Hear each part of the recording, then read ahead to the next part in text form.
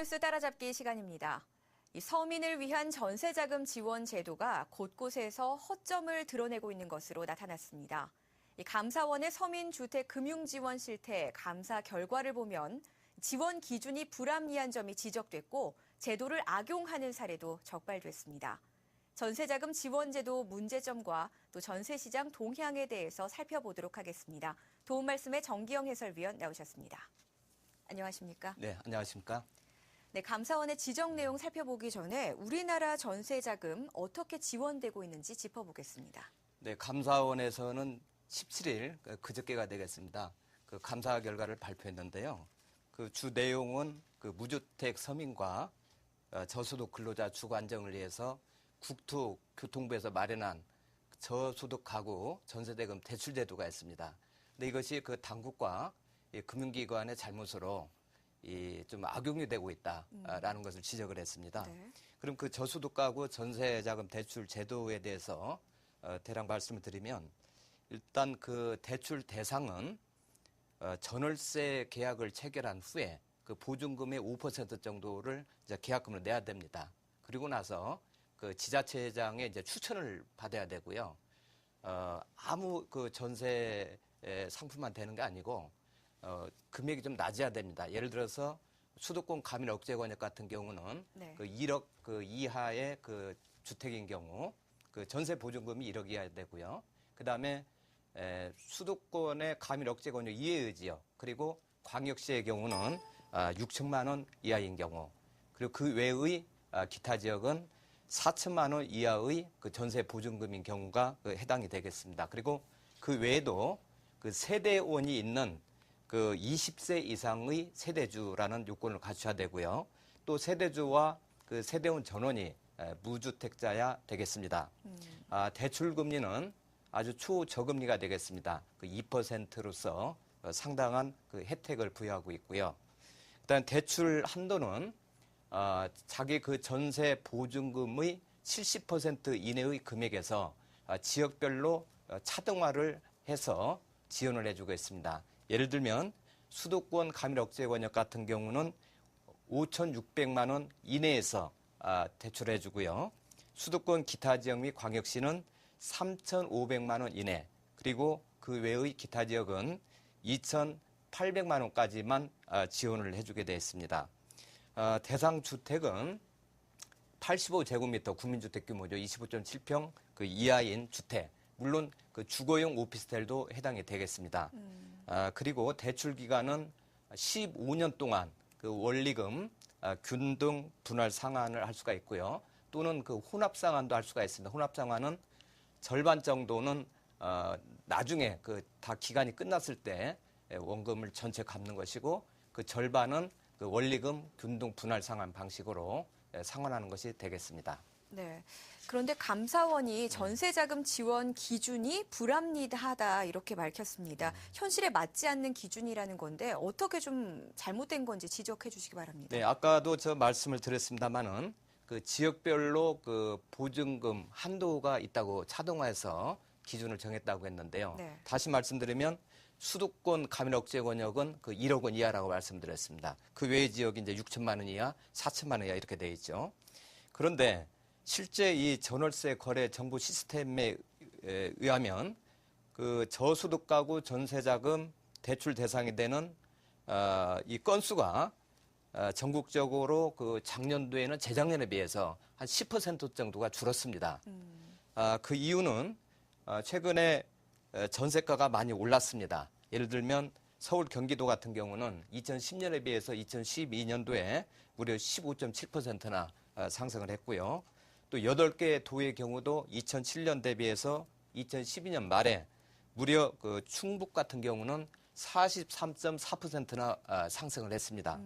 그러나 이 지역별 그 지원 한도, 즉 보증금 한도를 보면 수도권 가밀 억제 권역의 경우는 이 보증금이 2011년 8천만 원에서 1억 원으로 상향 조정을 했습니다는 작은 금액을 이제 올렸고요. 네. 그리고 기타 지역도 2007년도 3천만 원에서 4천만 원으로 올린 이후에 금년도까지 그대로 유지를 하고 있습니다. 결과적으로 전세가는 많이 상승을 했는데 네. 지원 그 한도는 즉 보증금이 어느 정도 높지가 않아야 되는데 실제로 그런 주택이 많지가 않다라는 겁니다. 그래서 이 혜택을 받는 대상이 많이 줄었다. 그래서 이 금액을 좀 상향 조정을 해야 되는 거 아니냐라고 보고 있습니다. 네, 전세를 받으라고 대출을 해주는 건데 이 전세자금 대출을 다른 사례로 또 이용하는 경우도 있다면서요? 예, 예. 이번에 감사원에서 발표한 자료를 보면 이 저소득 가구 전세자금 대출자 한 110명 정도가 그 돈을 가지고 일단 자기가 전세를 산다고 해서 대출을 받고 네. 바로 주택을 구입한 사례를 적발해냈습니다.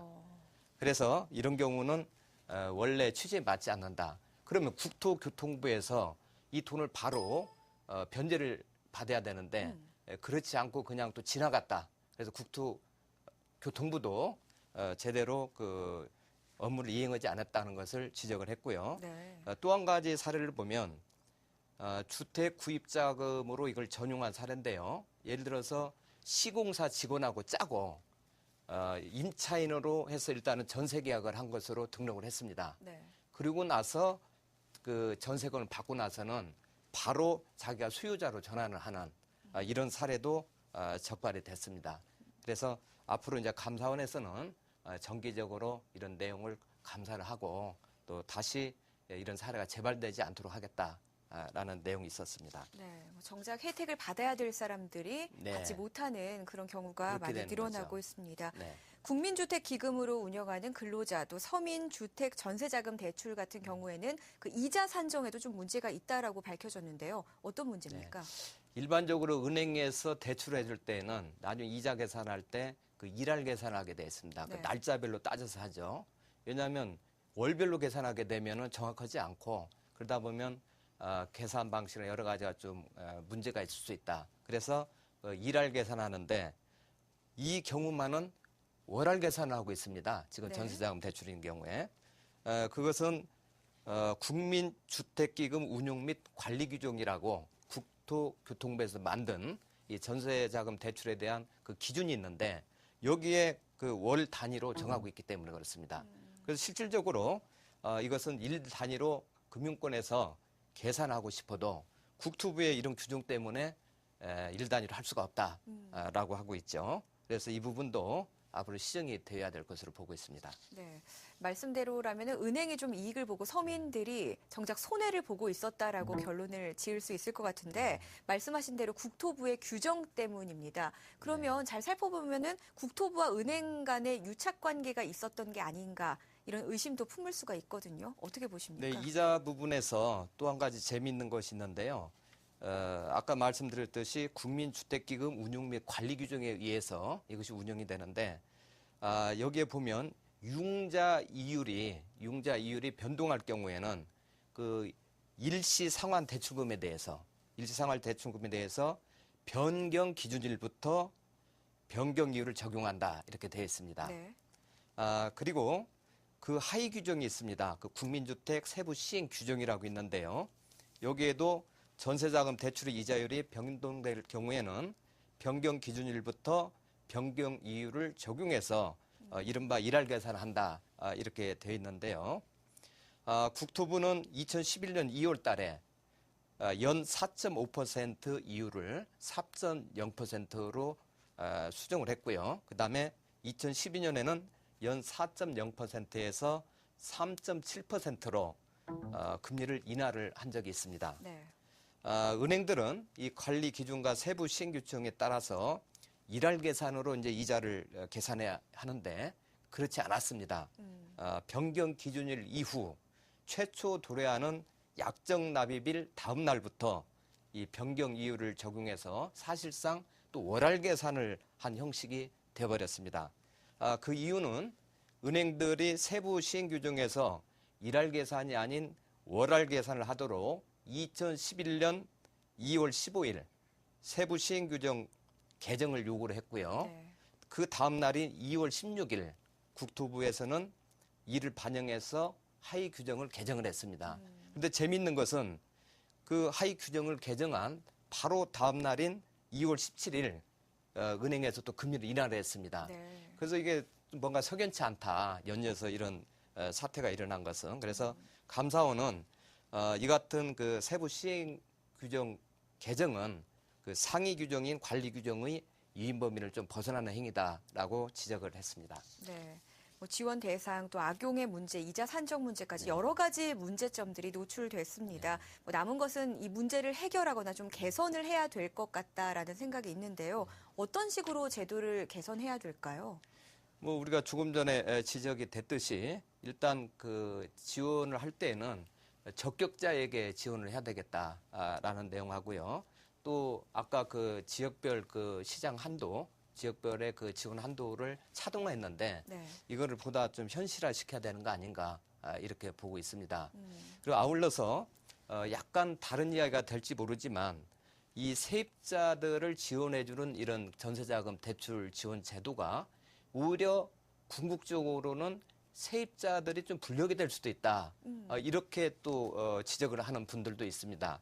왜냐하면 일단 주택담보대출 자금을 아주 저리로 이렇게 해주기 때문에 가능한 한 세입자들이 집을 사지 않고 그냥 전세금 올라가도 그렇게 그렇죠. 또 계속 전세 수요가 많아진다라는 것이죠. 네. 그러면 전세 수요가 많으면 또 전세금이 계속 올라가고 그래서 결국은 세입자들이 더 부담을 해야 되는 이런 경우도 있다. 그리고 그 요즘에 그 저금리 시대에서는 네. 전세로 이렇게 그 내놓는 것보다 차라리 월세로 이렇게 또 하고 그러지 않습니까?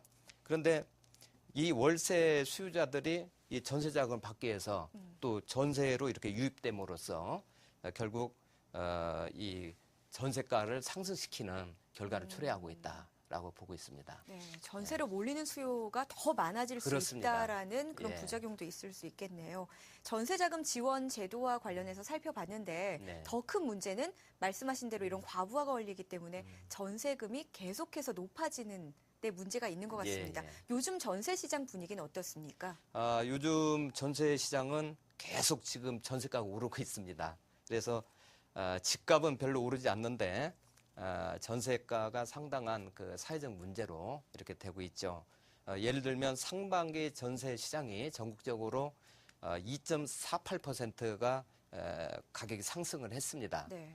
이 2.48%는 작년 한 해 변동률이 2.46%이기 때문에 이번 그 상반기 동안 작년 한 해 동안 오른 것보다 더 올라버렸다. 이렇게 이제 볼 수가 있는데요. 구체적으로 보면은 서울이 2.5%, 신도시가 2.12%, 수도권이 2.67%가 올랐습니다. 지방과 광역시도 각각 2% 이상이 상승이 됐고요.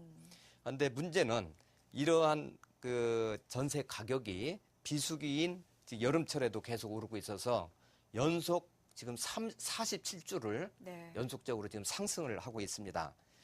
그런데 이것은 지금 하반기에도 계속될 것으로 보이는데요. 왜냐하면 지금 하반기 입주 물량이 줄어들게 되어 있습니다. 구체적으로 말씀드리면 다음 달 전국 입주 물량이 9천 가구로 이제 밑돌게 되어 있습니다. 네. 이것은 최근 10년 동안 8월 달에 입주하는 물량 중에서 가장 작은 수치를 나타내고 있습니다. 그래서 결국은 이 전세 대란을 예고하고 있다. 이렇게 예측을 할 수 있는데요. 요즘에 전세값이 많이 올라서 그야말로 억수로가 나는 것도 많이 있습니다. 예를 들면 청담동의 그 청담 자이 같은 경우는 그 전용 면적 27평짜리가 현재 10억을 네. 넘고 있습니다. 그 외에 반포 레미안 퍼스티지 같은 경우도 전용 면적 84제곱미터인데요. 9억 원에 달하고 있습니다. 그래서 이 전세 문제가 상당히 심각하고요. 또 그 매매가 대비 전세가 이율을 비교를 해보면 현재 서울 수도권 같은 경우 60%를 넘는, 즉 전세가 나누기 매매가 한 비율이 60% 넘는 곳이 무려 42.8%에 해당합니다. 네. 2008년도에는 60% 넘는 그 가구가 3.2%밖에 안 됐어요. 그러고 보면은 지금 전세가가 얼마나 올랐는지를 우리가 짐작할 수가 있는 것이죠. 네, 계속해서 급속도로 오르고 있는데 네. 이렇게 전세 가격이 오르는 이유는 어디에 있습니까? 일단 주택 가격이 상승한다는 기대 심리가 있어야 집을 사는데 집값이 오른다는 그런 심리적인 그 기대가 없기 때문에 일단 전세로 살자 하는 게 좀 팽배해 있고요. 그다음에 전세 공급 자체가 많이 줄어들었습니다. 네. 왜냐하면 저금리가 이제 지속되면서 이 전세 공급이 줄고 우리 월세 시장으로 많이 이제 넘어가고 있는 것이죠. 그다음에 그 주택 가격이 많이 올랐을 때에는 이 다주택자들을 사회적으로 투기꾼이다 해서 안 좋게 좀 매도를 했습니다. 그 외에도 뭐 다주택자 뭐 양도세를 중과를 한다라든지 여러 가지 불이익을 줬기 때문에 네. 이 사람들이 집을 많이 가지고 이 전세를 내놓겠다 하는 그 공급이 많이 줄어들게 돼 있었죠. 그다음에 근래에 한 2, 3년 전부터 도시형 생활주택이나 오피스텔 1, 2인 가구는 많이 증가를 시켰습니다. 그러나 실제로 3, 4인 가구가 전세 수요를 많이 차지하고 있거든요. 그래서 3, 4인 가구는 주택 공급이 부족하고 우리 아주 작은 1, 2인 가구만 공급을 했기 때문에 이런 것도 현재 전세 시장의 문제점으로 되어 있고요. 마지막으로 아까도 말씀드렸지만 각종 전세자금 대출의 혜택을 주다 보니까 그 전세자금에 대한 유동성이 커져버린 겁니다. 네. 그래서 전세가가 더 오르는 그런 현상을 초래하는데요. 예를 들면 전세자금 대출이 2010년 6월 말에는 한 11조 정도 됐습니다. 그러나 금년 3월 달에는 24조 정도가 돼서 우리 2배 이상으로 뛴 거죠. 네. 그런 전세자금 대출 금액이 시중에 많이 나와 있다는 것이죠. 그렇다고 입주 물량이 많지도 않습니다. 지적을 해 그렇습니다. 주셨듯이 뭐 10년 동안 8월에 입주 물량 중에 최저치를 기록하거든요. 네네. 전세 시장 당분간 어떻게 좀 진행이 될지 전망해 보도록 하겠습니다. 아까도 뭐 잠깐 지적을 했습니다마는 하반기에도 신규 입주 물량이 굉장히 줄어들게 돼 있습니다. 그래서 당연히 전세가가 올라면 올랐지 떨어지지는 않을 것이다. 네. 이렇게 보여지고요. 그 하반기 수도권 아파트 입주 물량 구체적으로 보면은 45,890가구입니다. 이것은 2012년이나 2011년에 비해서 이 적은 물량이 되겠죠. 그리고 지방 같은 경우도 뭐 세종시라든지 혁신도시, 기업도시 이런 곳으로 인구 유입이 많이 되면서 우리 그 전세가가 좀 상승하지 않겠는가라고 전망하고 있습니다. 네, 잘 들었습니다. 지금까지 전세자금 지원 제도와 전세 시장에 대해서 살펴봤습니다. 이번에는 8월 분양시장 미리 짚어보도록 하겠습니다. 분양 물량 상당하다고 하는데요. 지역별로 살펴보겠습니다. 네, 입주 물량은 아까 준다고 그랬는데 분양 물량은 또 상당히 많습니다. 네. 8월 달에. 그래서 분양 시장이 이축된 그 2009년 8월에 비해서는 무려 220% 증가 물량이 되고요. 2000년대 들어서 8월 달에는 가장 많은 분양 물량이 나오게 됩니다. 서울을 포함한 수도권이 2만 918채로 전체의 한 84%를 차지하게 됩니다. 네. 그리고 전국 도시별로는 경기도가 1만 495가구, 그리고 인천, 서울, 충남, 전남, 경남, 부산, 광주, 대전 순으로 물량이 공급이 되겠습니다. 네. 수도권에서 많이 공급이 이루어집니다. 그런데 8월 하면 여름철 또 비수기로 지칭이 되는데 이렇게 분양 물량이 쏟아지는 것은 좀 이례적인 일이 아닐까 생각이 듭니다. 어떻게 보십니까? 네, 지금 8월 달에는 원래 비수기인데요. 이번에는 이 분양 물량 많이 쏟아진 이유를 근래에 판교를 분양했고 1회 신도시 분양이 있었는데 아주 그 성공적으로 분양이 잘 됐습니다. 네. 그래서 건설업체에서는 이 분위기를 그대로 몰고 가자 해서 지금 여름에도 불구하고 많이 분양을 하게 되는데요. 예를 들면 판교 1회에서 최고 379대 1의 그 청약 경쟁률이 나오기도 하고요. 또 떴다방이 등장해서 1억 원 이상 네. 그 피가 붙은 곳도 있습니다. 네.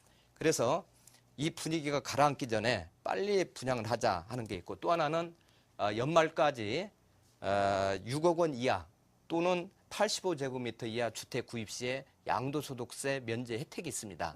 그래서 이런 것도 최대한 활용을 해야 되고요. 그다음에 금년 9월이 추석이 있습니다. 추석을 보면 과거에는 연휴에서 뭐 3, 4일 정도 쉬고 그러는데 이번에는 무려 닷새 동안 네. 연휴가 지속이 됩니다. 그러다 보면은 분양시장 끊겨버리기 때문에 9월에 분양할 것도 미리 당겨서 하자 하는 물량이 좀 있는 것으로 보고 있습니다. 네. 그런 세제 혜택들 4일 대책 효과가 어느 정도 있다라는 말씀이신 것 같은데 하지만 일각에서는 대책의 효과는 이미 끝났다라고 지적을 하시는 분들도 있습니다. 추가 대책을 요구하는 목소리도 있어지는데 어떤 보완책들 필요하다고 보십니까? 4, 5, 6월 달 정도는 4일 대책으로 약간 주택 거래량이 는 건 사실입니다. 그러나 이것은 그냥 불쏘시개 정도 역할을 한 것이고요. 7월 들어서 이 취득세 이제 감면 혜택이 없어지면서 완전히 거래 절벽 현상이 나타났어요. 네. 서울시 같은 경우는 지난 발표 자료 보면 지난 그 과거보다 한 5분의 1 수준 정도로 거래량이 급감을 했습니다. 그래서 이제 심각한 문제다. 그래서 엊그제 국토부에서 그 어느 실장께서 이야기를 했는데 빨리 제 후속 대책을 내놓겠다. 네. 그렇지 않으면 시장에 문제가 있다 해서 지금 서두르고 있는 것 같습니다. 그런데 제가 보기에는 4.1 대책은 이 소형 평형 이주의 그런 대책이었습니다.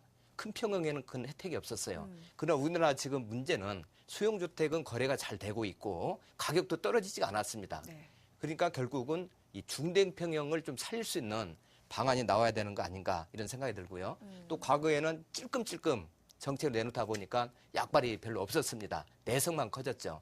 그래서 이번에는 내놓으려면 제대로 이 국민들의 심리를 뭔가 끌어올릴 수 있는 좀 강한 대책이 나와야 될 것이다. 네. 이런 생각이 듭니다. 네. 그렇다면 하반기의 분양 시장은 어떻게 흘러갈 것인지 전망해 보도록 하겠습니다. 하반기에도 분양 시장은 별로 좋지는 않을 것 같습니다. 왜냐하면은 지금 우리 그 소득 수준이 굉장히 낮아지고 네. 그래서 구매력이 매우 떨어져 있는 상태입니다. 그리고 지금 사람들이 생각하기에 아까도 말씀드렸지만 집값이 크게 오를 만한 뭐 그런 게 보이지가 않는다. 그래서 오히려 이 주택 가격의 하락에 또 위험성도 있고 그렇기 때문에 일단은 하반기에도 분양 시장이 별로 좋지는 않을 것이다라고 생각이 듭니다. 네, 잘 들었습니다. 오늘 도움 말씀에 정기영 해설위원과 함께했습니다. 고맙습니다. 네.